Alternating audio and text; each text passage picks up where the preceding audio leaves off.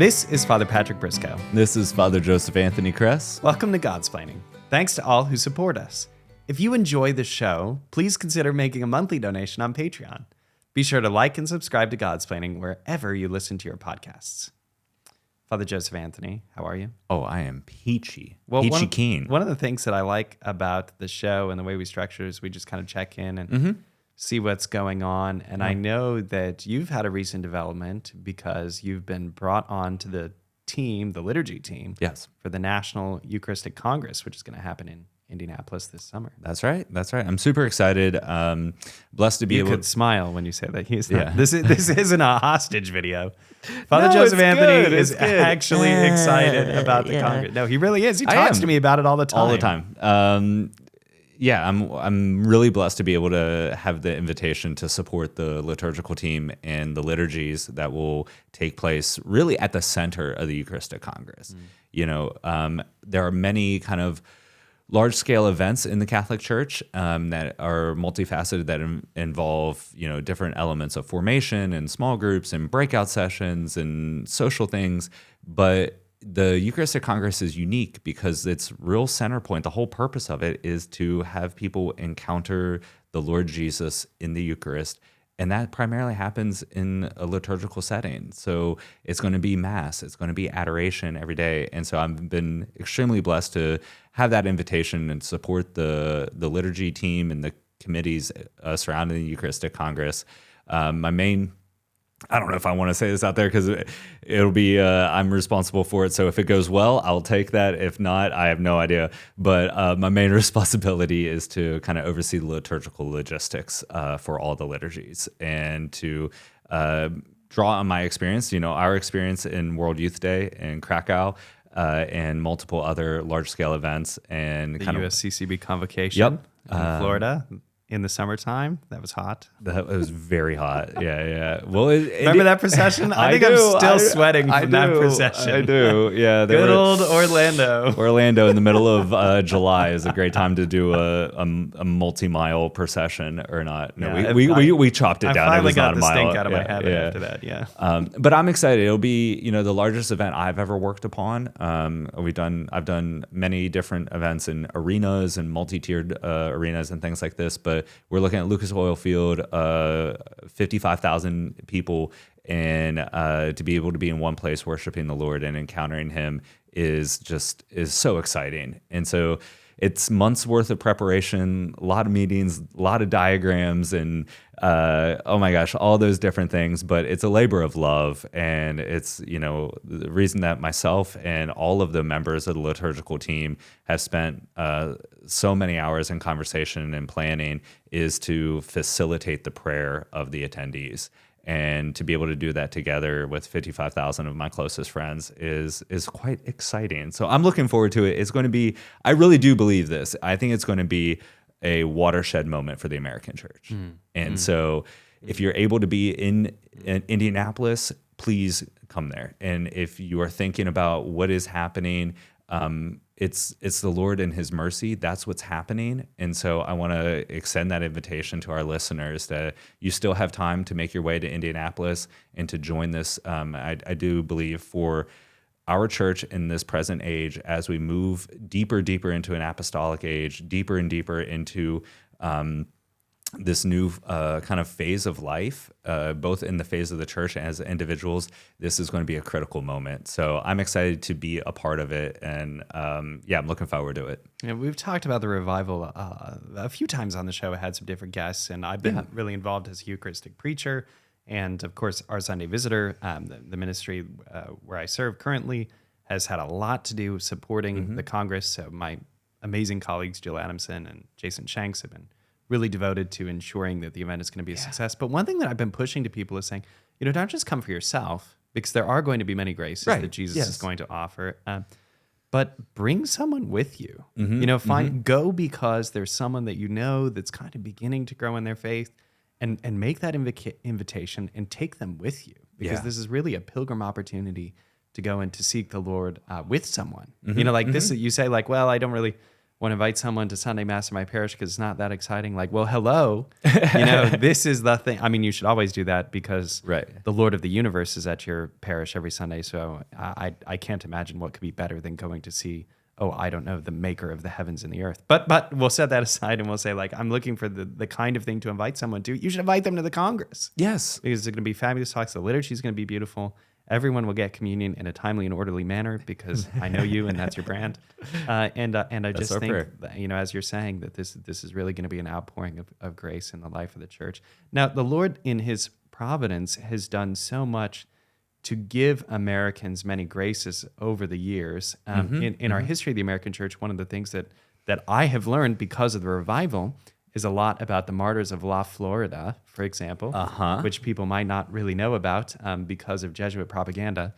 So many people think that the first martyrs in the United States are the North American martyrs. And I don't mean to besmirch John of Brebeuf, who's an exemplary and holy man, right? Or Isaac Jogues or any of the other North American martyrs whose stories are so encouraging. But martyrs died in Florida, several of them Dominicans and native people that we evangelized on the shores of Florida. They died for the Eucharist. Yes. And I think that in the United States, we kind of, if we know anything about our country's martyrs, about the North American martyrs, or maybe our listeners are already better catechized than I am, and they already knew about the martyrs of La Florida. But we tend to think of martyrdom as a historic category. Yes. In the U.S. Church, and and that's because we've been so blessed, I would say, in this country, that there was real waves of Catholic persecution in the 19th century. A lot of that was the anti-immigrant sentiment that the Italians suffered, like people can see in the Angel Studios film about Mother Cabrini, or that the Irish suffered. Right. But we don't really see many modern American martyrs, but there are some. Yeah. Which is why we wanted to take the time on this episode to talk about Blessed Stanley Rother. So why don't you, Father Joseph Anthony, introduce Blessed Stanley to people who maybe have heard nothing about this great man? No, I don't think I really heard much about him until he was beatified. Like, I'll be very honest. I didn't know anything about this man until there was this big beatification ceremony in Oklahoma City. And it was this kind of making the waves in news outlets. And it was like, oh, there's a new American beatus, like a new American saint from Oklahoma. And he was a martyr. And then you see the picture, and there's this guy with a nice kind of red, tight shaved beard. And he's wearing a little kind of knit, multicolored stole. And I'm like, we're beatifying this guy? Like, he's wearing like a polo shirt in the picture. It's like, what is going on here? And so I just kind of cast that to the side and was like, whatever, like local devotions and things like that. And then, I mean, what could possibly be going on in Oklahoma, right? I know what good can come from Oklahoma, And then one of my focus missionaries who served at the University of Virginia with me a number of years ago had a devotion to Blessed Stanley and had studied or had gone to Guatemala and studied the Spanish language to brush up on his Spanish skills.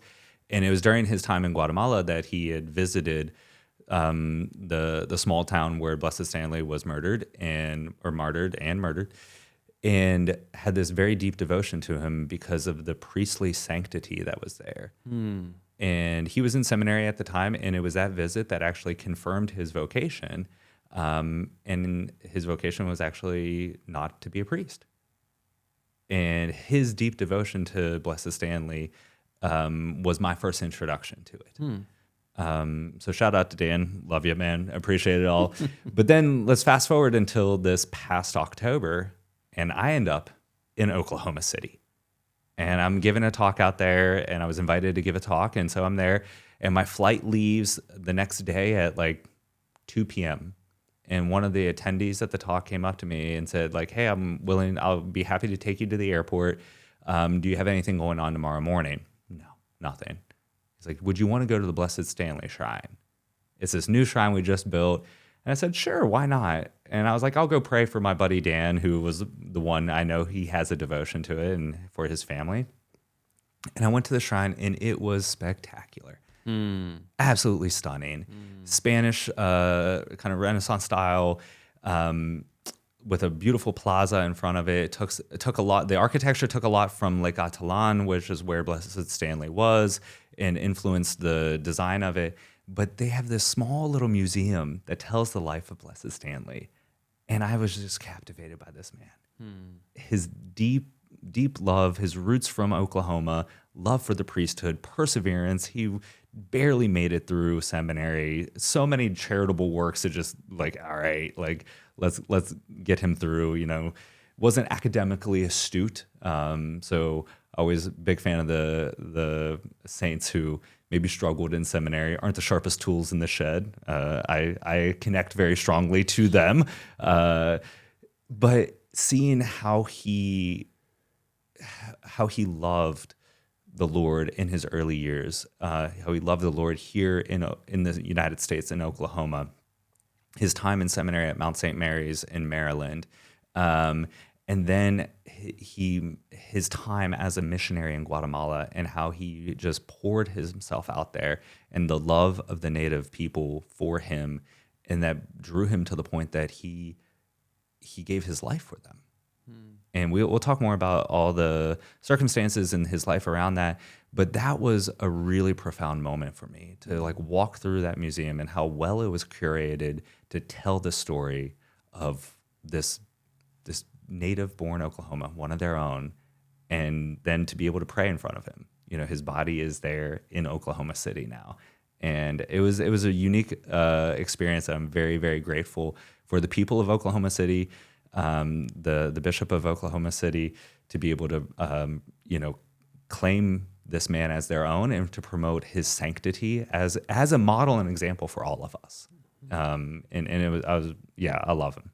I think that there's really something to this discovery of American saints, which is ongoing because we don't have the history that Western Europe has, that the church in Jerusalem has, that the church in the Middle East or the Mediterranean world have.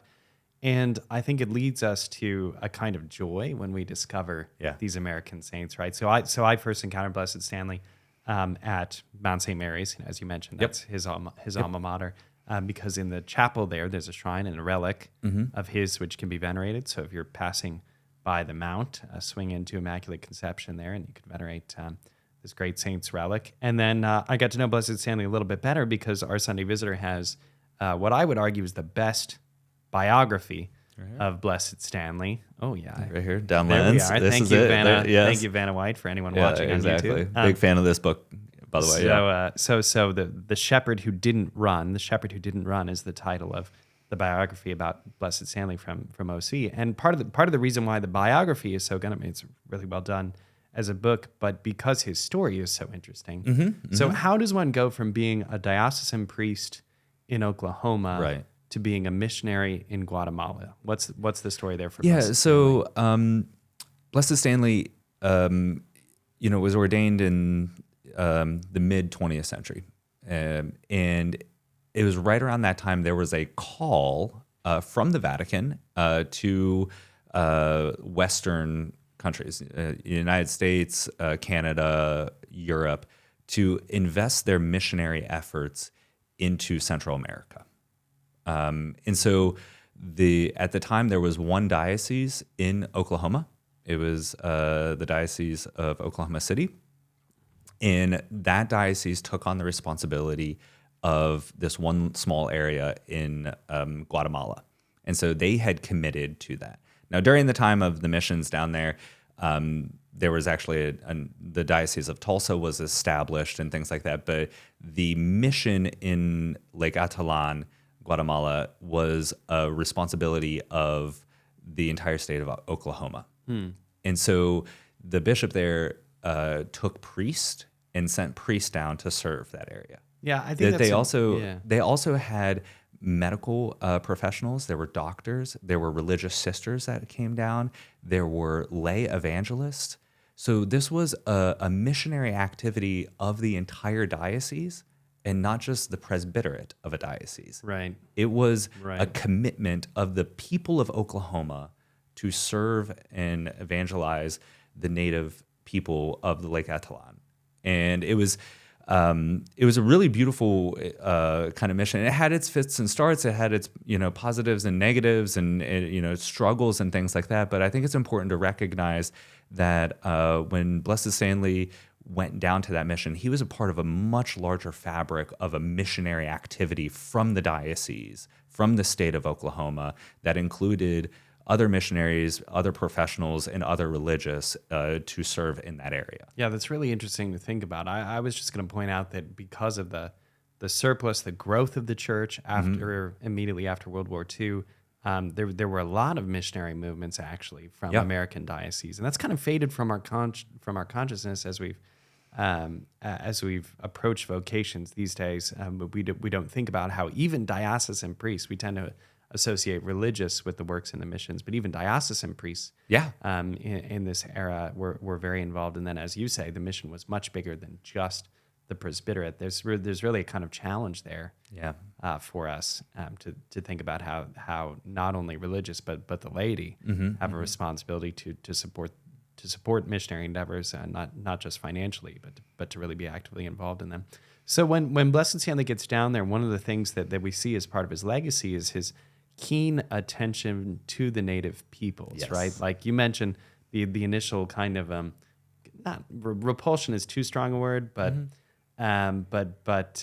maybe at the very least we could say a kind of question or a wondering, because the icons depict him wearing a woven stole, which for many of us we would identify with as a sign of a particular ideology. Yes, absolutely. But I've heard you talk about Blessed Stanley as someone who really understood enculturation and what it means to bring the church to a particular place. So could you say a few words about how that impacted his ministry? In the biography, one of the things that repeatedly comes up is his deep love for the Mass and the Eucharist.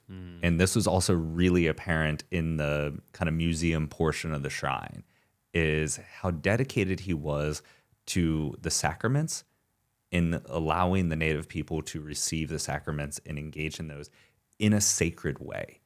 They had a church that was built by previous missionaries centuries before, but he devoted himself to ornamenting that shrine appropriately, making sure that it was a sacred place, that when the natives were coming out of the coffee fields and the fincas and all those things, that they had appropriate sacred place to encounter their Lord.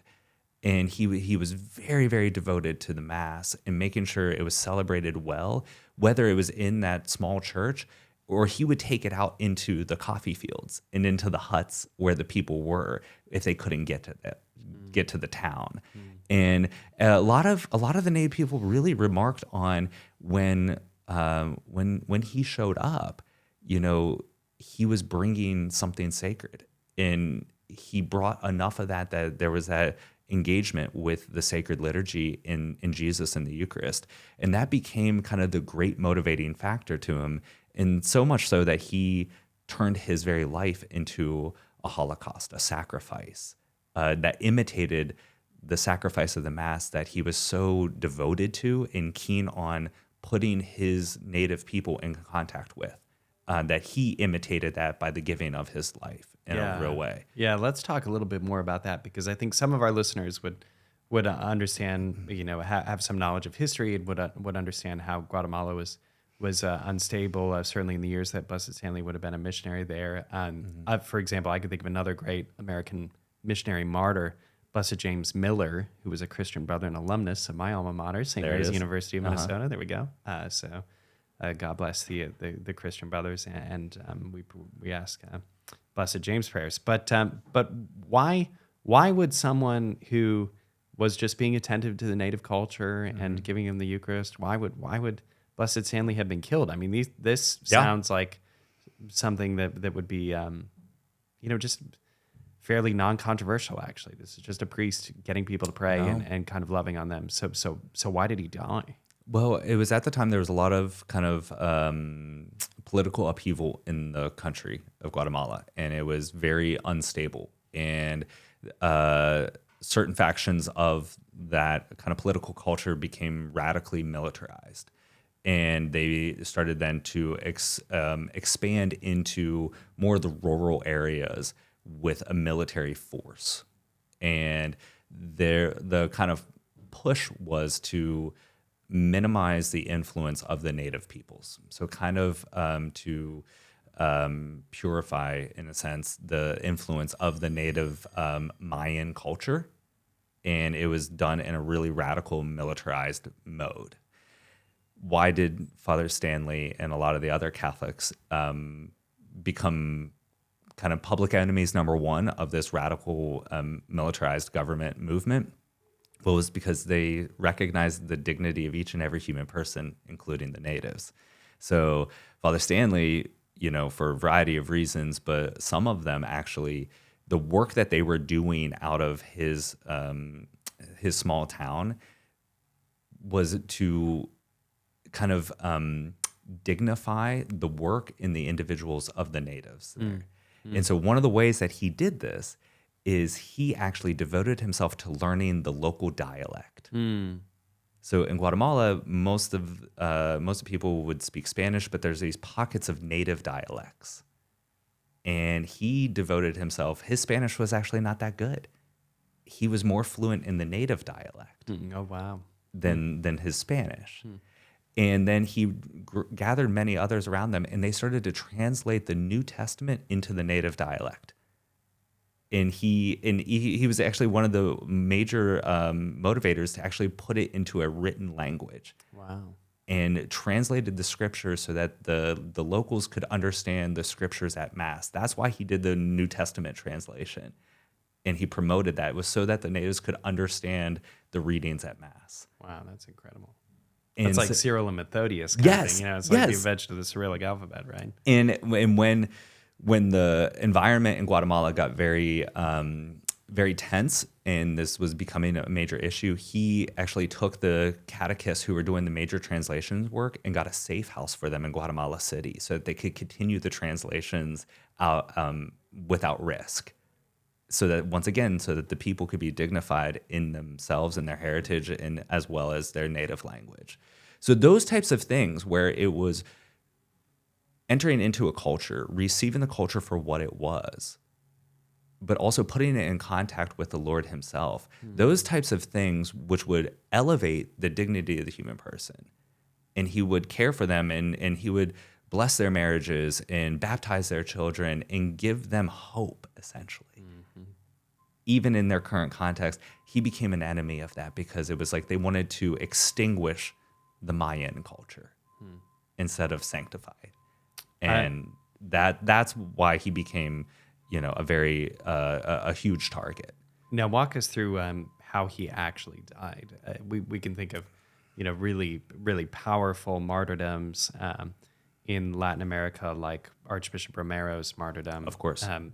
He was murdered while celebrating Holy Mass. How did Blessed Stanley die? In his work, he became known and was on a kill list of the government. They knew it was going to happen. He was well aware that he was not favored by the militarized government at that time. So he would have had plenty of opportunities to leave. Yes. And it was early in the year. I think it was around March, he made his way back to Oklahoma. He would come back, every few years or something like that to visit family. And it was his time in Oklahoma. He was preaching at a local parish. One of his good friends and a priest in Oklahoma, he went to that. And I think he gave a talk after Mass in the parish hall where people were asking questions about what the situation, because it was very volatile and everybody knew there was a lot of violence and what the volatility was. Father Stanley himself had lost many parishioners that were murdered in the open or that were just disappeared. And, he was dealing with the widows and their children and those types. It was very, very volatile, very violent. And so he was speaking openly about what the current situation was. And at this point, he was already on a kill list. And so he was encouraged to not return. And at that point, he said he wanted to go back because it was Holy Week and he wanted to celebrate Holy Week with his people. And so he said he would go back, but if it got to the point where he was very, very much in danger, then he would leave. But as the quote says, a shepherd must be with his sheep. And the accounts of his visit that last March, his last visit, everybody remarked on the fact that he was so uncomfortable and at ease because he wanted to be with his people. He was not comfortable being back here because he knew the violence and the danger that they were in and how much he needed to be with them and how much the sheep needed their shepherd at that time. And so he made his way back there. And there was actually a complaint issued from a parishioner in Oklahoma sent to the embassy of Guatemala, which then made its way down to Guatemala. And that was kind of the final nail in the coffin, where it was no longer he was a kill list. He was at the top of the list, and a plan was made from that time. And so he makes his way back. He was able to celebrate Easter with everybody, Holy Week, all that kind of fun stuff. And he kept saying he wanted to get to the Feast of St. James. St. James was the patron of the church in the area, the patron, and it was a huge, just kind of whole community celebration. There would be a big procession with a statue of St. James, huge, like kind of just party in the streets, community event. And in there, he celebrated the first communion of, I think it was like 300 individuals. Wow. And he celebrated the weddings of over 200 couples on the Feast of St. James. Wow. And within 4 days, he was murdered. Wow. And that was the final straw. And so as he celebrated this great thing, and he was fully aware that this was going to be kind of the last big parish celebration, he wanted to make sure that as many of his faithful received the sacraments that they needed. And within days of celebrating these great celebrations, hundreds of weddings, hundreds of first communions, then he gives his life. And he was in the rectory, and he had moved rooms to be a little more secure in the area. The assassins came into the rectory, and they found him. And he had told his catechist to go up and go to the convent where the religious sisters were and to lock the doors, and he was going to stay back. And so the catechist went and locked the doors, and he said, even if I come knocking on you, hear my voice, do not open those doors. And so the assassins came in, and it was in that moment that a fight broke out. And there were, I think it was 3 assassins came for him, and he fought. He fought hard. And this is one of the things that came up earlier, that he knew he was not going to be taken alive. That if they came for him, he was not going to be taken alive, because the assassins and the government wanted to kidnap him for a few reasons. They wanted to kidnap him because then they knew that they could get a higher bounty from the United States. They could get more money for him alive, and they saw that as a great advantage. But Blessed Stanley knew that he was going to be used in that capacity. But the other thing that he was really worried about was that if he got captured, then his parishioners would start looking for him.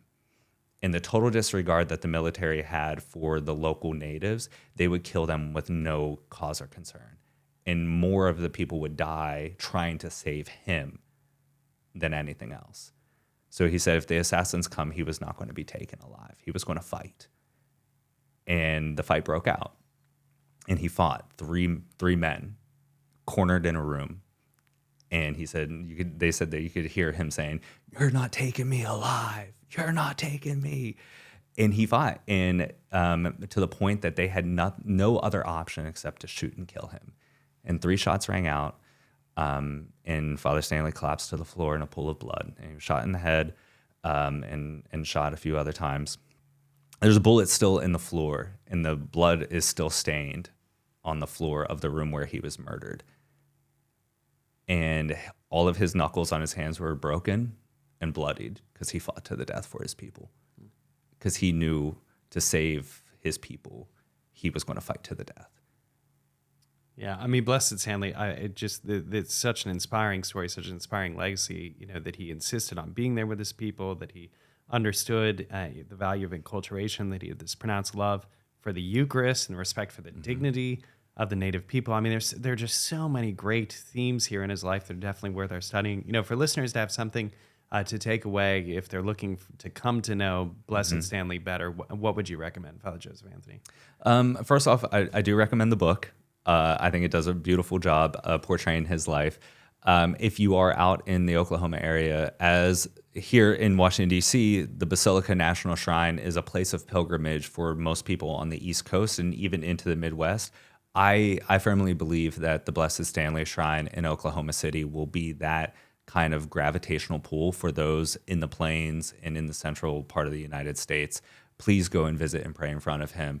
But I think the best ways to begin to understand him is to learn about his life. Like this is a young man from Oklahoma. His family owned a farm. He grew up on a farm. He worked on tractors. And so for me, growing up in a blue collar environment, I very deeply resonated with his heritage, but also seeing him be slowly formed by his priesthood and the demands that the flock that was entrusted to him have. And so I think learning about him via the shrine and via these biographies that are being now put out more and more are fantastic ways to recognize that the Lord's invitation and activity, even in this very modern America that we all know and come from, that invitation, that movement and sanctification comes from these very places. And it's exciting, and I think he's somebody to be able to imitate in his courage, his courage to fight for the dignity of his flock, but also in the gentleness, the humility, his own piety. It's all very apparent, and it takes a little bit of kind of going past those initial portrayals or going just past that surface. There's a tremendous depth, and it's very, very accessible for us as Americans. Well, we surely invoke Blessed Stanley's prayers for you, our listeners, and for the Friars who work here on the Godsplaining podcast. Thanks to everyone for tuning in for this episode of Godsplaining. Follow us on Facebook, Twitter, and Instagram. Like, subscribe, and leave a 5-star review. If you'd like to donate to the podcast through Patreon, follow the link in the description. You can also follow the links there in the description in the show notes to shop Godsplaining merch and to get information on upcoming Godsplaining events. Most of all, listeners, we ask that you would pray for us, and please know of our prayers for you. God bless. Father Jacob Bertrand, would you say that you're optimistic about this subscription appeal? No. Would you say that you're optimistic about anything? No. Well, I am. Folks, go ahead and subscribe to the YouTube channel. We greatly appreciate it. Cheers.